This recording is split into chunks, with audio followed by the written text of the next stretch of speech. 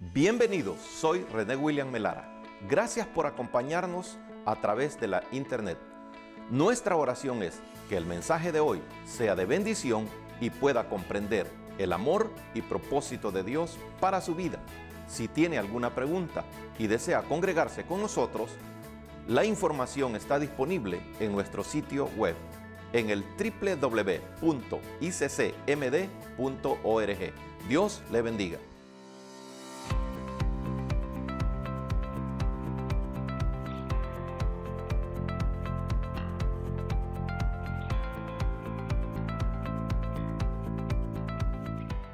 Hoy quiero compartirles acerca de un misionero, sino el primer misionero que fue enviado a la tierra.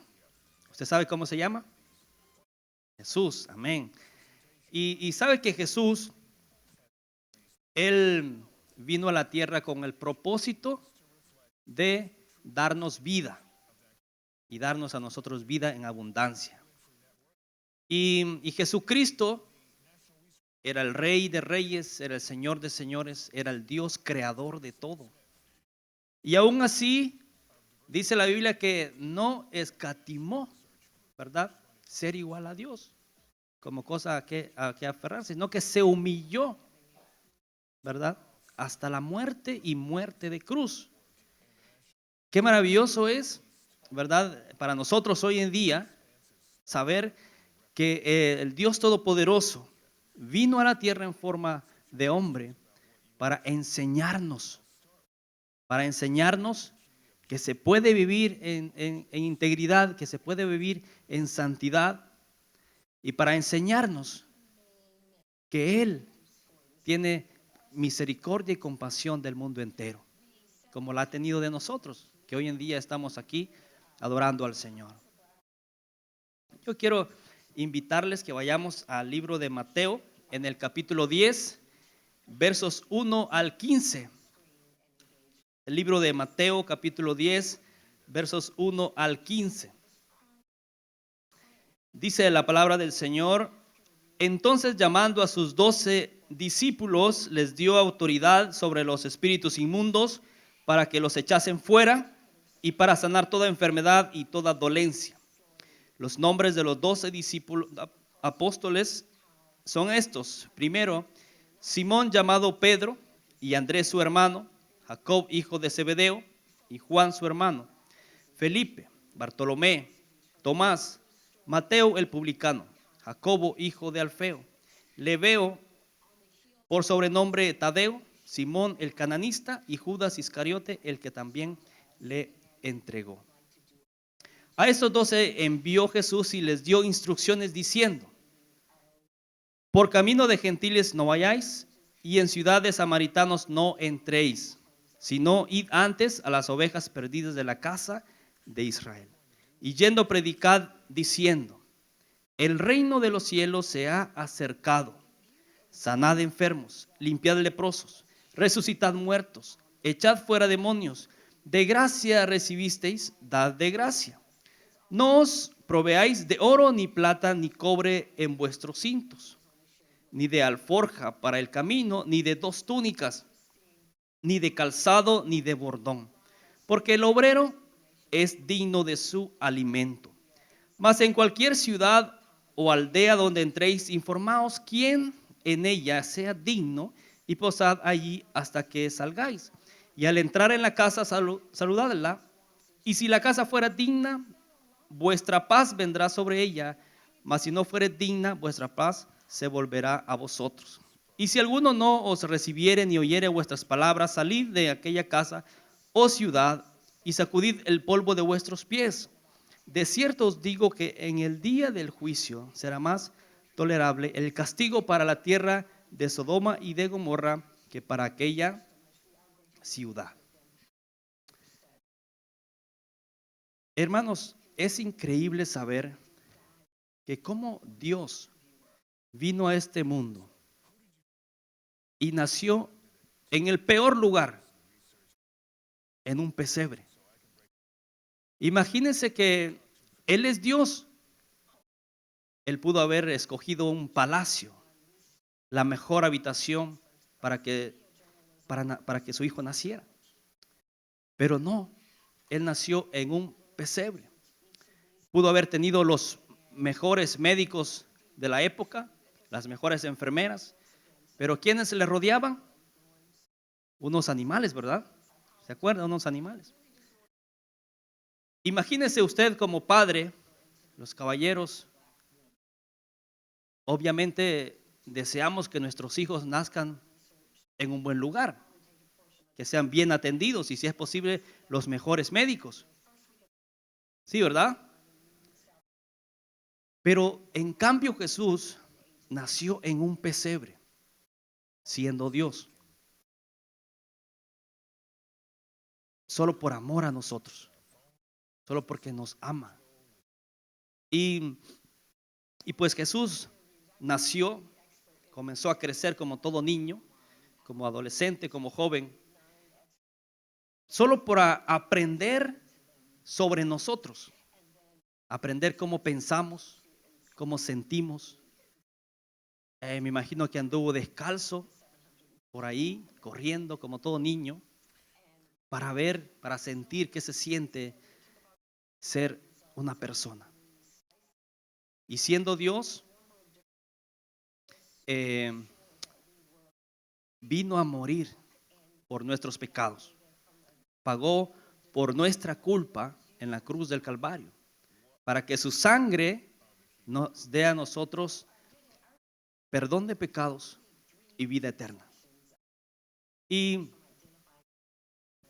al ver a través de la historia de la Biblia, ver todas las cosas que Jesús comenzó a hacer durante su ministerio, y llegamos al punto cuando Jesús comienza a llamar a sus discípulos, comienza a predicar la palabra del Señor, comienza a predicar sobre el reino de Dios.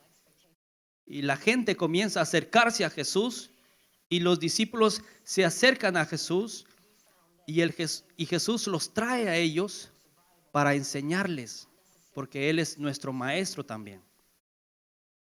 Imagínense, qué bueno es Dios, que hoy nosotros estamos aquí por su pura gracia y misericordia.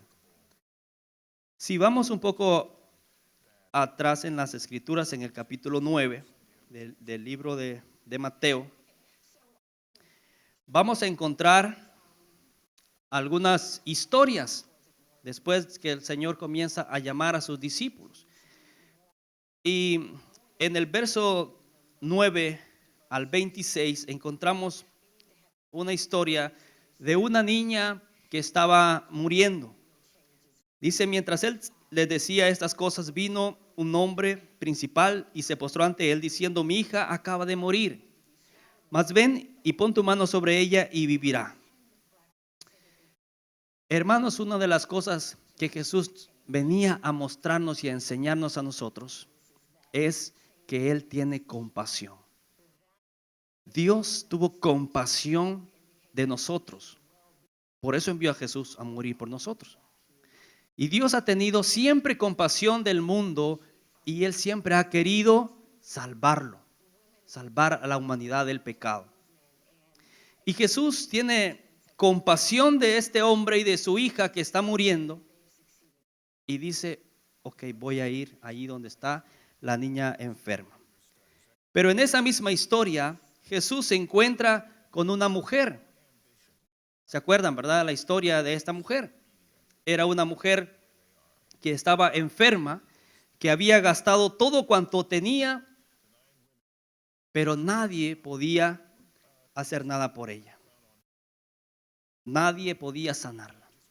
Pero ella escuchó que un tal Jesús que sanaba enfermos, algo diferente, iba a pasar por aquel lugar.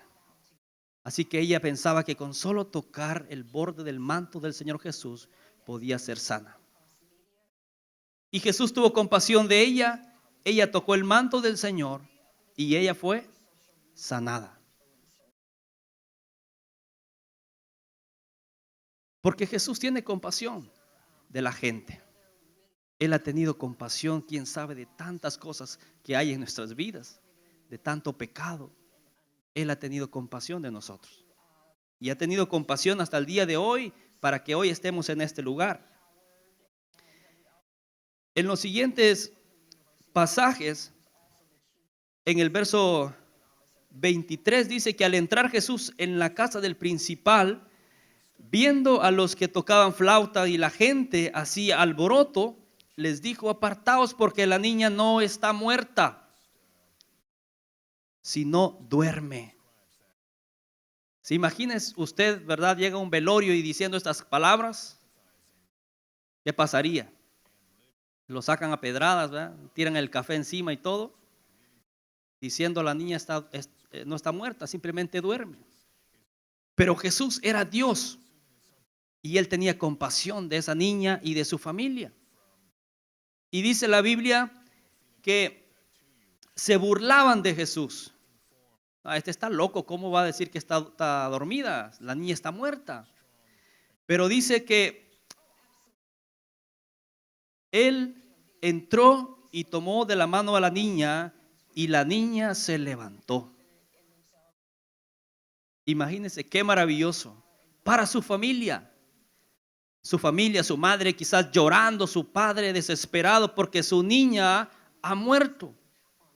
Pero llega Jesús y la resucita.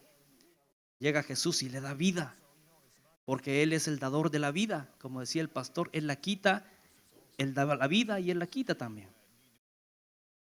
Pero en ese momento, ¿se imagina usted que el llanto se convierte en alegría porque su familia ve a la niña que ha resucitado? Es increíble imaginar ese evento, esa escena en ese momento, cuando Jesús toma a la niña y ella se levanta. Jesús tenía compasión de la gente. Y luego Jesús se encuentra, hermanos, en los versos 27 al 31, se encuentra con dos personas que eran ciegos. Y Jesús tiene también compasión de estas dos personas.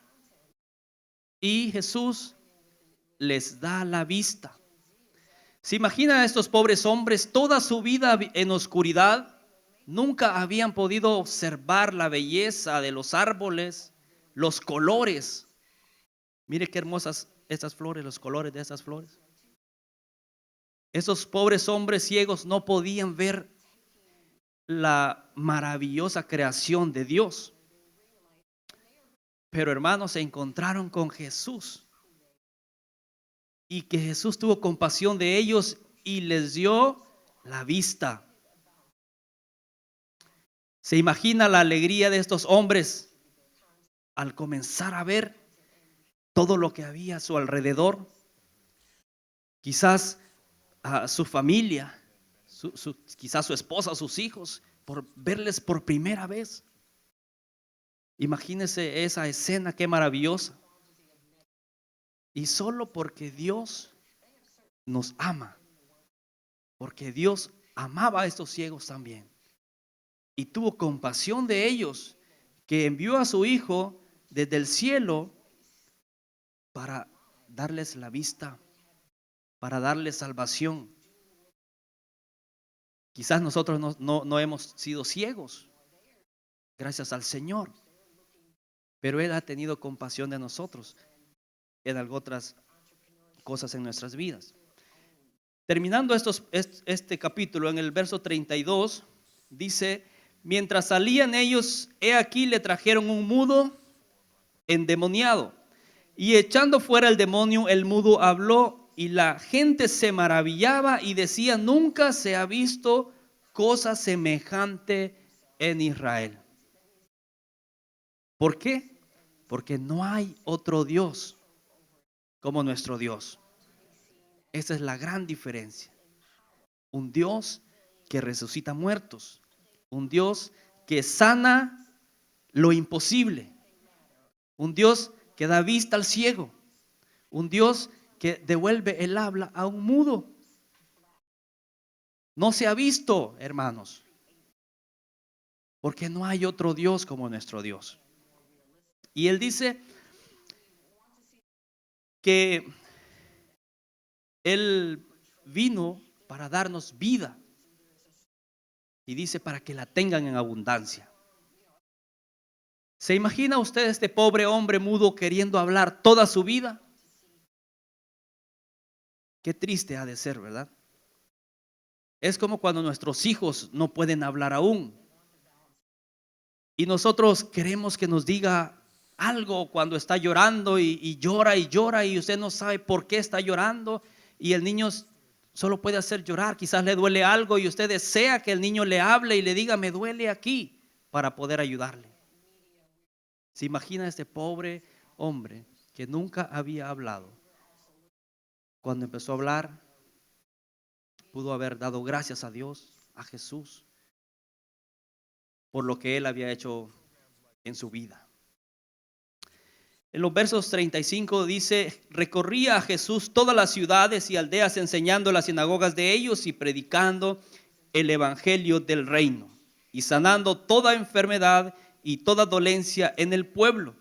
Y al ver las multitudes tuvo compasión de ellas porque estaban desamparadas y dispersas como ovejas que no tienen pastor. Entonces dijo a sus discípulos, a la verdad, la mies es mucha, mas los obreros pocos. Rogad pues al Señor de la mies que envíe obreros a su mies. Jesucristo, hermanos, al ver tanta necesidad en el mundo, al ver tanta necesidad física, necesidad espiritual, que Él tiene compasión de la gente. Que Él tiene compasión de la gente y aún le dice a sus discípulos, a la verdad la mies es mucha y los obreros son pocos. Y les dice, rogad al Señor de la mies que envíe obreros a su mies. Porque el mundo se pierde, el mundo se está muriendo y se está yendo al infierno porque no conocen al Salvador.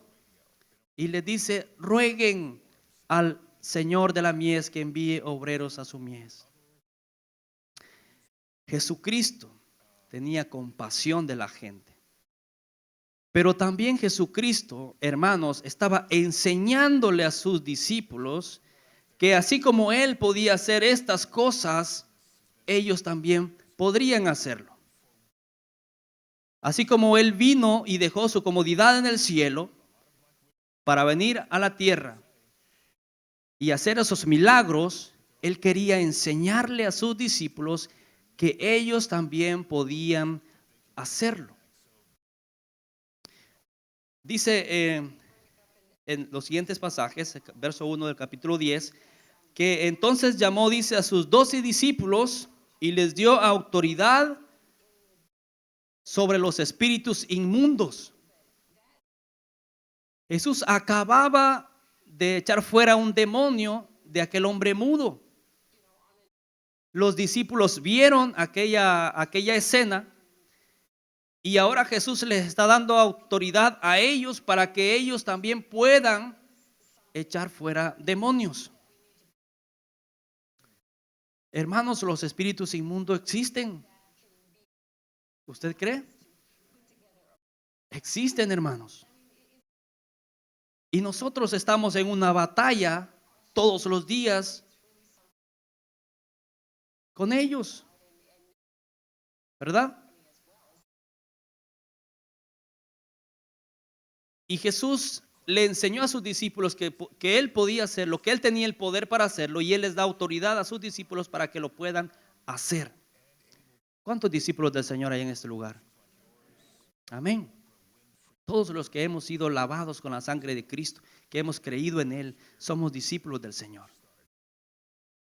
Ahora, ¿tiene usted la autoridad para echar fuera los espíritus inmundos? Más poquitos, ¿verdad? Todos son discípulos, pero no todos creen tener la autoridad que Jesús nos ha dado. Hermanos, Jesús nos ha dado a nosotros también esa autoridad. El problema es que nosotros no lo creemos. No le creemos a Él. En una ocasión yo trabajaba en un hospital, en un lugar en Guaymaca, en Honduras. Llegó una muchacha, la llevaban entre 4 hombres porque no la podían detener. Cuando yo la vi entrar por la puerta, yo sentí que era un espíritu inmundo que había en ella. Y le dije a los muchachos, pónganla en aquella habitación, y los muchachos la pusieron en aquella habitación, y yo llamé al médico, y él era un pastor también, y él llegó y me preguntó qué había. Y le dije yo, bueno, había una muchacha que está endemoniada. Y entonces me dijo, bueno, buscamos el expediente de ella, y ella llegaba muchas veces allá al hospital, y el médico que la atendía siempre, lo único que él escribía, remitida para el hospital psiquiátrico. Siempre que llegaba, siempre la atendía este médico y la enviaba al hospital psiquiátrico. Así que, hermanos, este médico no conocía de Cristo, así que pues no tenía ni idea.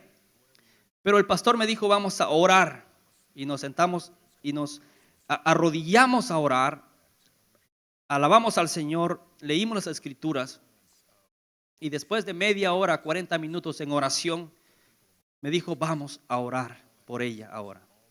Y fuimos a aquella habitación, que no era nada fácil entrar a aquella habitación, pero hermanos, él preguntó, ¿quiénes de los que están aquí son cristianos?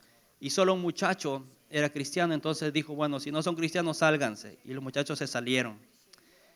Y comenzamos a orar, y a orar, y a orar, y a orar.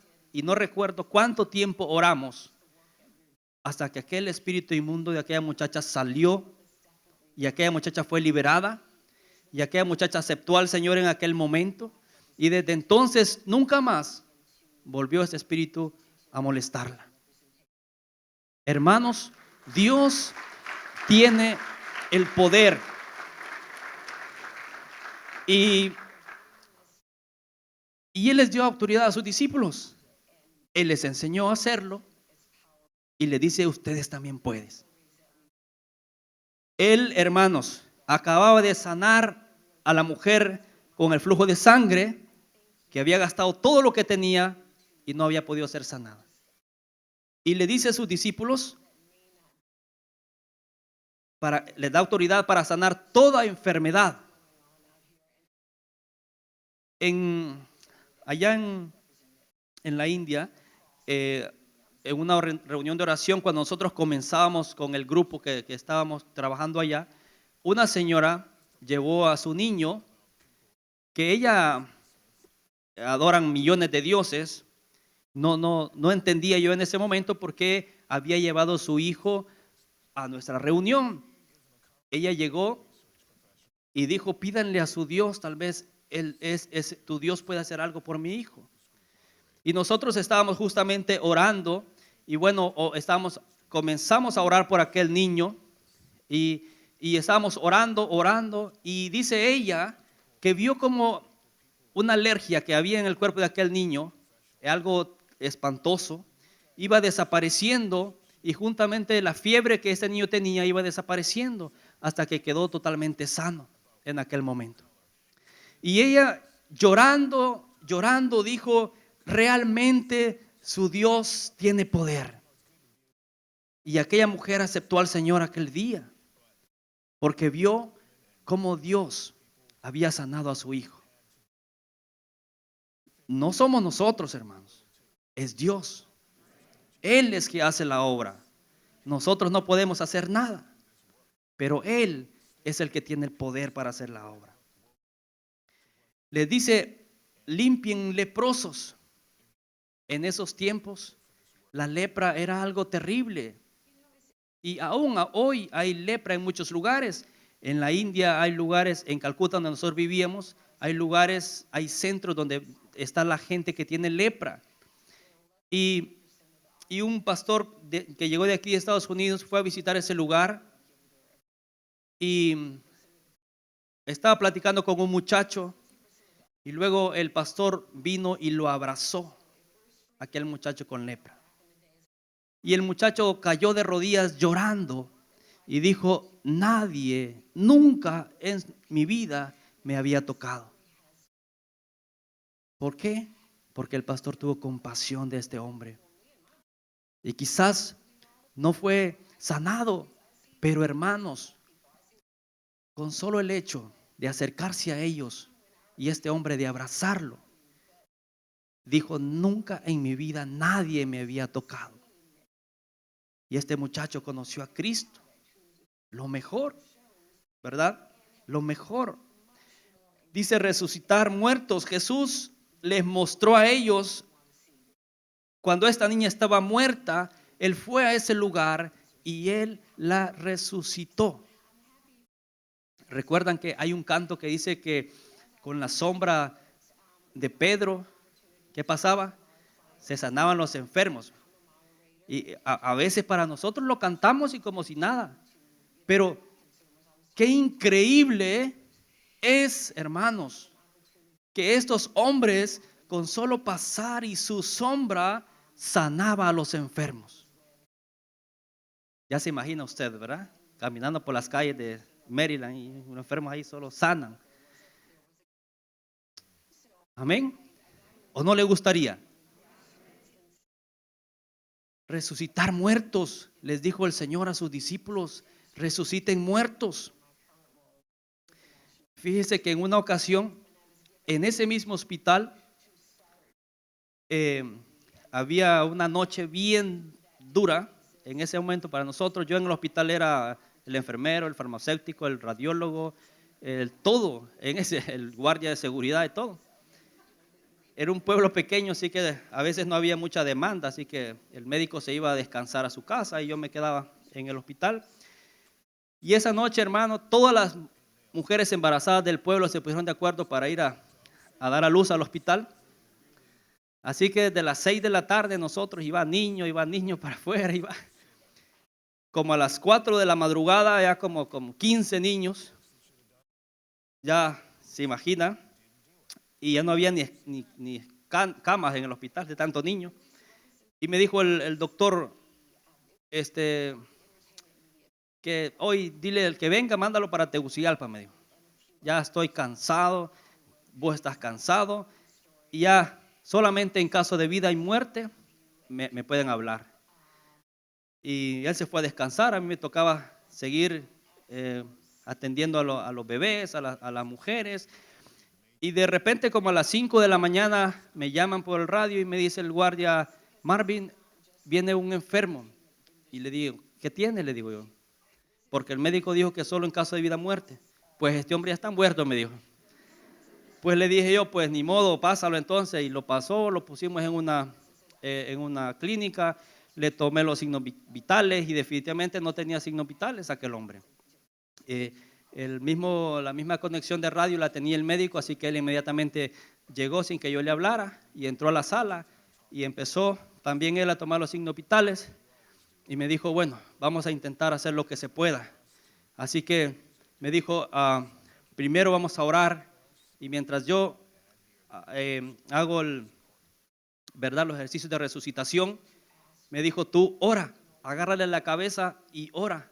Así que, hermanos, él comenzó a hacer los ejercicios de resucitación y yo le tomé de la cabeza a aquel hombre y comenzamos a orar. Él ayudándole, ¿verdad?, a aquel hombre con los ejercicios y orando a la vez, porque él era pastor, y yo orando también. Y después de un rato aquel hombre abrió los ojos y se sentó y yo veis, casi me caigo a la pared, ¿verdad? Hermano, me decía él: si crees en el poder de Dios, Él va a hacer grandes cosas con nuestras vidas. Y hermanos, Dios le da esa autoridad a sus discípulos para que puedan también ellos experimentar ese poder del Señor. Pero mire, no solamente les da cosas buenas, les da autoridad, pero también el Señor les da instrucciones.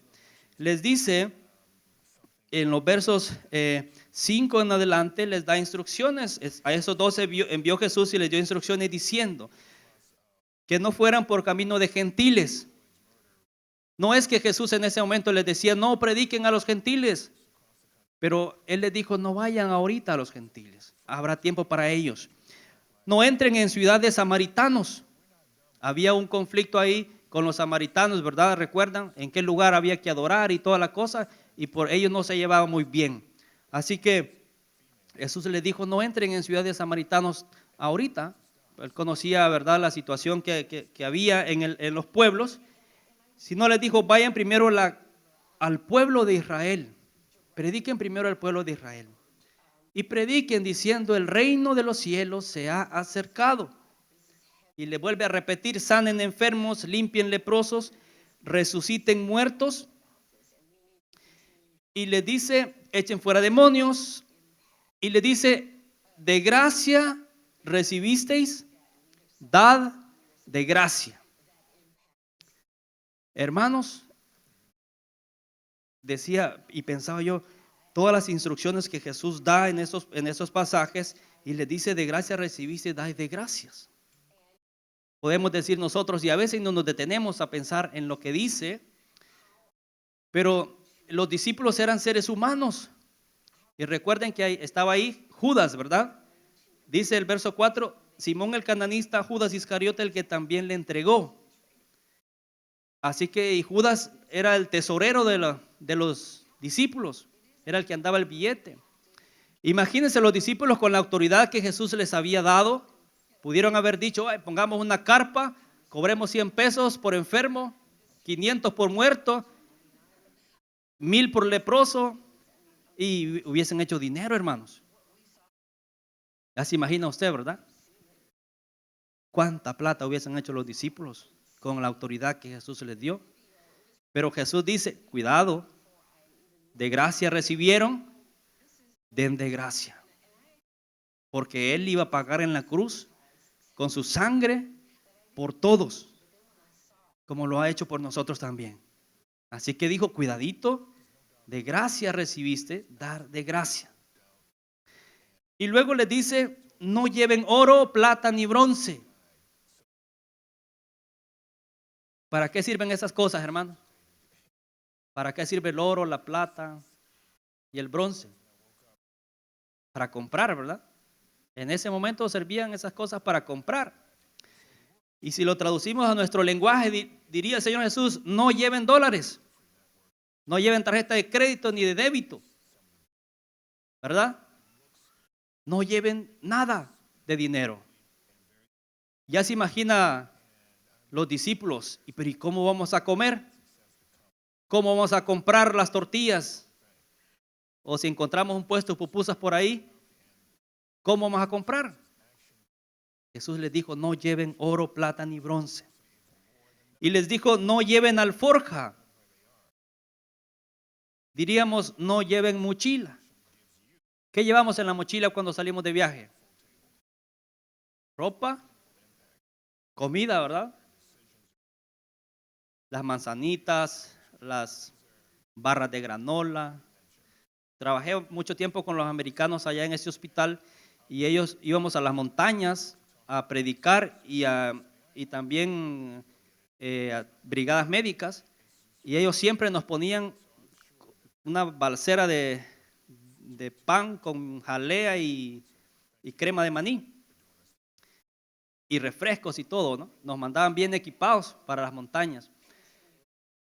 Pero Jesús les dijo a sus discípulos, no lleven alforja, no lleven nada. Y ahí llevaban quizás los discípulos su agüita, sus cositas ahí, ¿verdad? Sus snacks para el camino.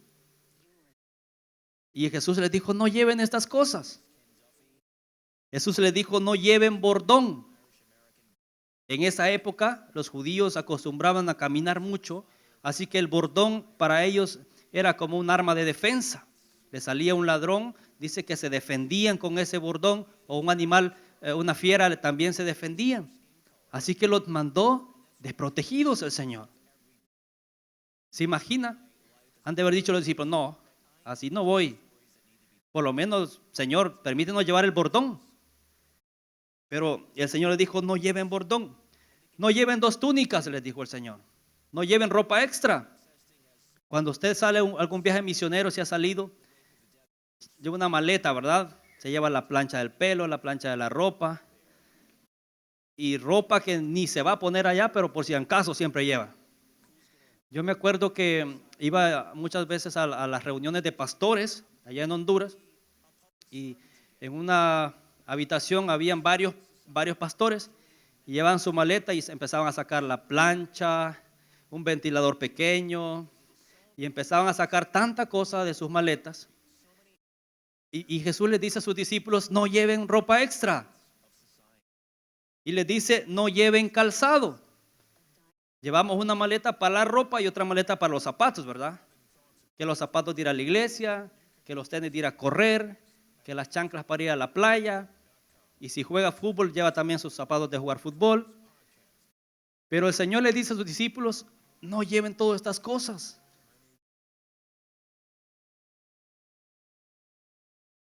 ¿Y qué hicieron los discípulos, hermanos? Fueron a predicar el evangelio.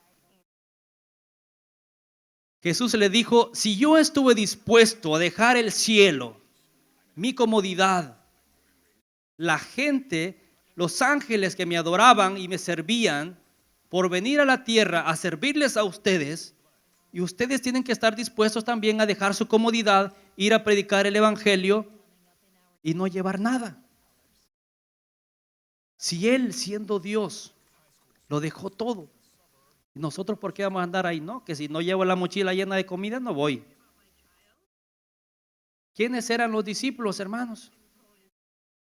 Ellos eran gente común y corriente como nosotros.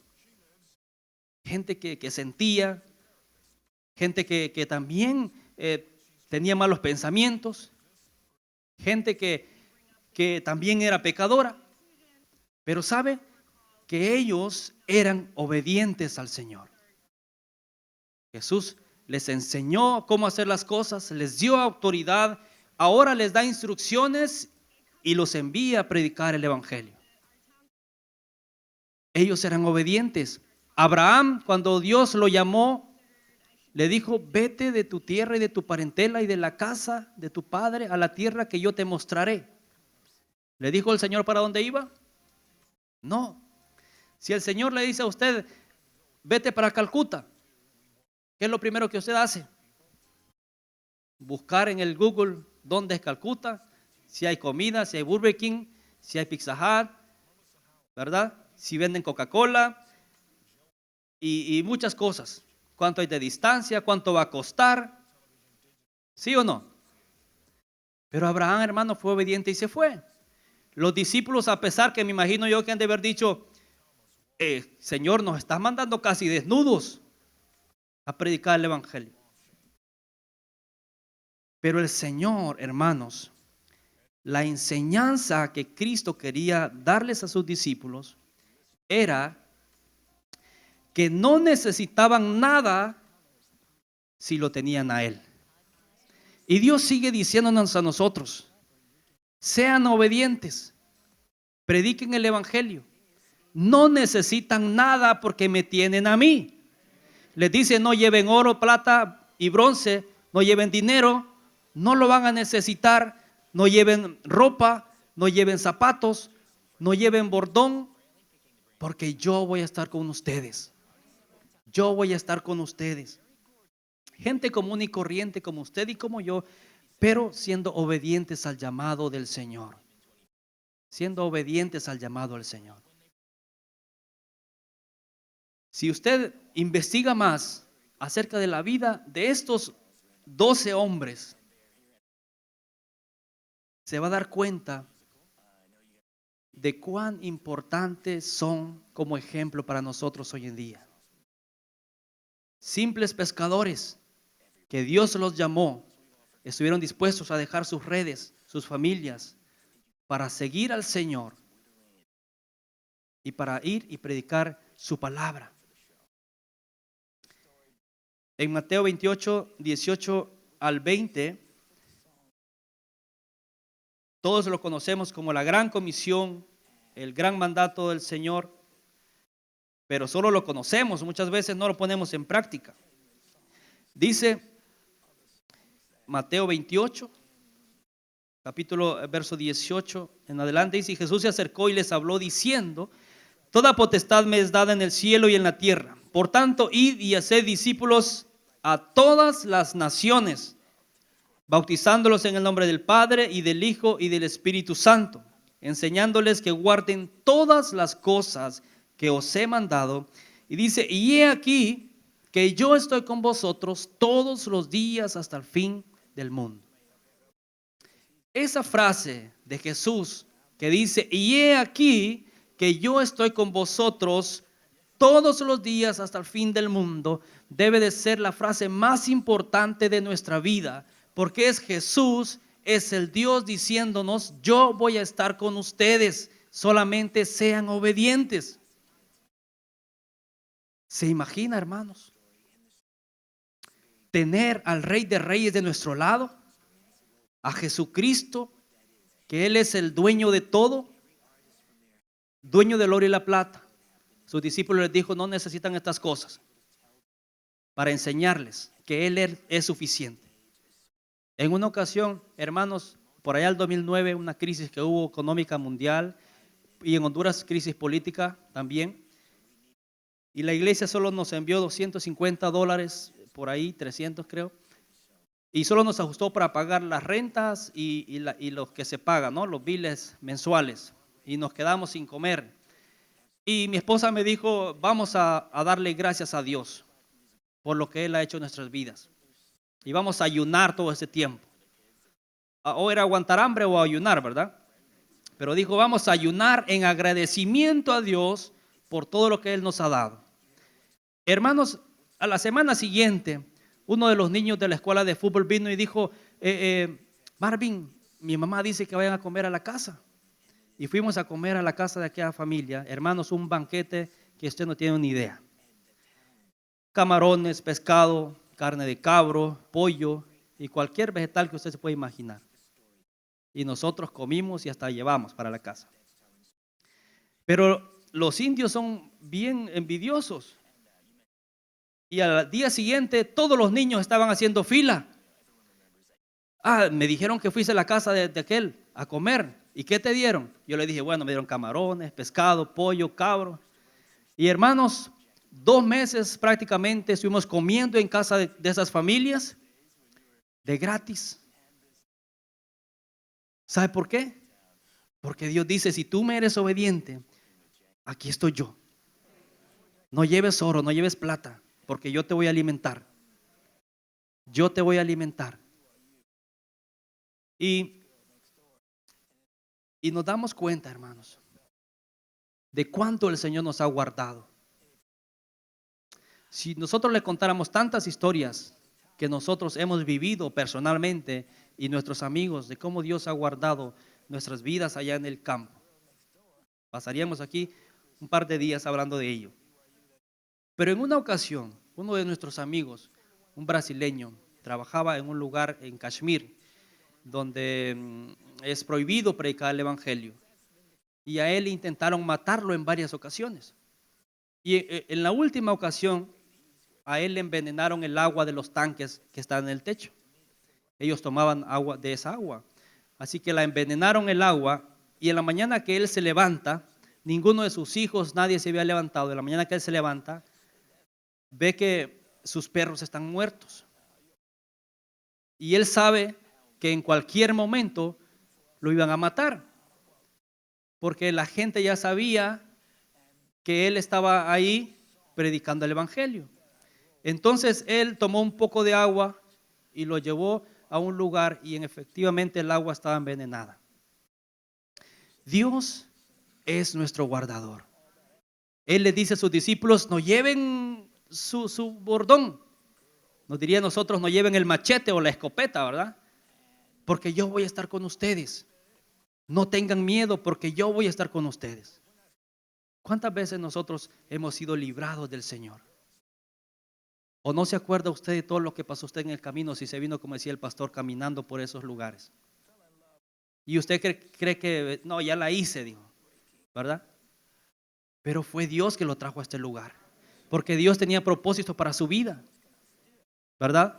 Usted no vino a Canaán porque diga, ahí hay un lugar, ahí voy a ver qué pasa, ahí a pasar el tiempo los domingos de la mañana.